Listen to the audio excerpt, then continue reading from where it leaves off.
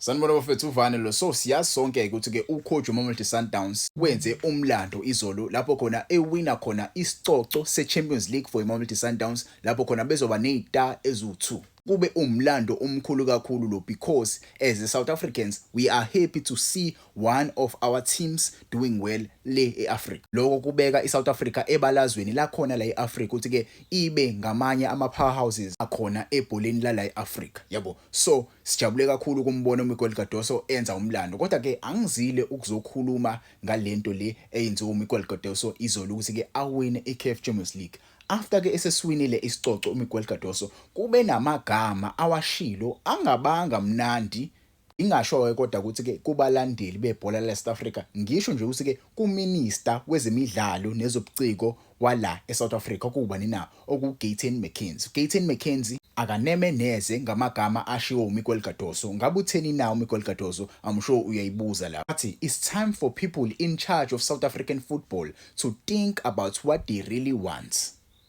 Kumele bazi ngempela ukuthi ke bafunani ngempela uma ama club la eSouth Africa befuna ukuwabona edlala le eAfrica kumele bashintshe izenzo indlela zokwenza. If uyibukile ke iinterview yakhe Miguel Cardoso ubesenandisa esesho njalo ukuthi ke uma befuna ukubona more South African clubs getting iCAF Champions League kumele bashintshe indlela zokwenza yabo. Wena usungangitshela ukuthi ke ubeqonda ukuthini uMiguel Cardoso ngalawo mazwi kodwa ke uGayton McKenzie ubengekho happy ngalawo magama asho ubani na uMiguel Cardoso ngoba ke uvele ke wayiquota le video le epostiwe uMazola washo ukuthi ke we are happy for Masandawana but we cannot uyasho ukuthi ke abakwazi ukutshelwa ucoach weSundowns ukuthi ke ileague iranwa kanjani yabo. Uyasho uMcKenzie ukuthi ke everyone okhona kuBetway Premiership unama challenges akhe akhona abhekene nawo but ke ileague yala eSouth Africa okuyiPSL is one of the best run leagues ekhona la eAfrica. So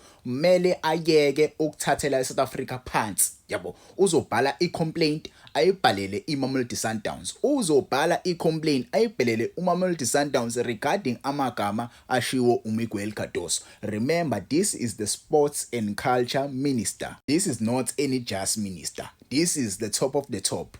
Izolo ubengekho ngosikhathi iMamelodi Sundowns ithatha isicoco. Ngibuzile lento kuma comments ngathi why uGayton McKenzie engekho iMamelodi Sundowns ithatha isicoco. If ukhumbula kahle last time iMamelodi Sundowns isithatha isicoco wayekhona ubani na ubaba lo kuiANC njengamanje uyangikhohlwa igama but ke I remember seeing photos iMamelodi Sundowns iqukula inina yona iCAF Champions League wayekhona. At that time he was the sports and art and culture minister ngalesikhathi wayekhona ehambile naMamelodi Sundowns bele Egypt kodwa ke ubengekho uGayton McKenzie. Waphinde wabhala futhi wathi ke listening to Cardoso uyasho ukuthi ke ungayitshela ukuthi ke yonke into ekhona kwileague yethu ayikho right yabo. Lezinto ayishoyo uzisho nje ayikho iproof ekhona ayishoyo yabo. Uyasho ukuthi ke uGayton McKenzie basebenza kanzima ukuthi ke balethe ama sponsors ukuthi ke beze kwiBetway Premiership kodwa ke coach abanjengoMiguel Cardoso mebezosho izinto ezikanje on a global stage bakhulume nabezindaba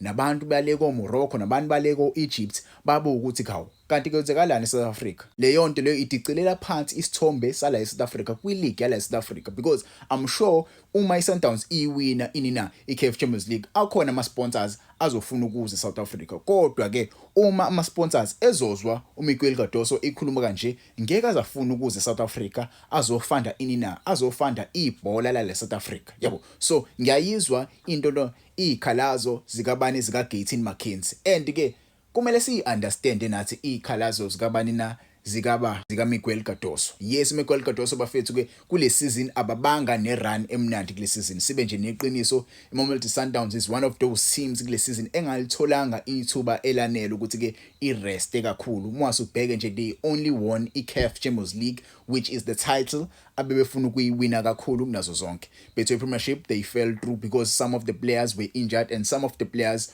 were not available due to ama cautions abawatholile ngama yellow cards and ama red cards. So ama players wabo most of their squad besikhathele kakhulu kule season because they went to Club World Cup babuya ko Club World Cup. So i-schedule yabo ibi-tight kakhulu yabo. So you cannot really blame anyone for iMamelodi Sundowns ibe ne-schedule tight because uma usubheke nje right now they are going to play a match against iRed Bull Leipzig njengoba uyodlala nje against iRed Bull Leipzig, I don't think some of the players will be there attending that match and playing that match. Some players will play, yes, but most of these players ngeke babe khona because some players they are going to iCamp eBafana Bafana, they have to play against iNicaragua, iclub yale South America, yabo. So izinto zitight kakhulu for Mamelodi Sundowns. So akusisona schedule ongasho as uMiguel Cardoso ukuthi ke hayi izinto azenziwa kahle. Kumele mhlambe ahlale phansi akhulume naye uminister, ungazi uyele eindabeni yokhuluma kanje because leyo nto le ayikho right for ibhola la South Africa. But ngiyam understand Miguel Cardoso as a coach, you usually get frustrated, yabo. You usually get frustrated and ucishe ngempela wangayiwina iCAF Champions League and lento lo ubezokwazi ukuthi ke ayi-address kahle asho ukuthi ke cha mina nje wangayiwinanga, I have my own reasons why ngingayiwinanga iCAF Champions League. So when you can tell me in the comments what do you think regarding le situation ekhona right now njengoba nje uMiguel Cardoso esinkingeni nje because uSports Minister uzobhala incwadi engekho mnandi and I'm sure kuzoba khona ama sanctions akhona, mhlambe kuzoba khona, mhlambe kuzoshawa esandleni, mhlambe akhokhe leyo mali encane ngokukhuluma nje ngeleague noma axolise singisazi. But this is not good. This is not good for ibhola la South Africa. Kumele nje aqhamuke public axolise ngale magama washilo because lento le ayikho mnandi neze. But wena ungangitshela kuma comments how do you feel regarding le indaba lezi iphumayo, yabo. Allegedly.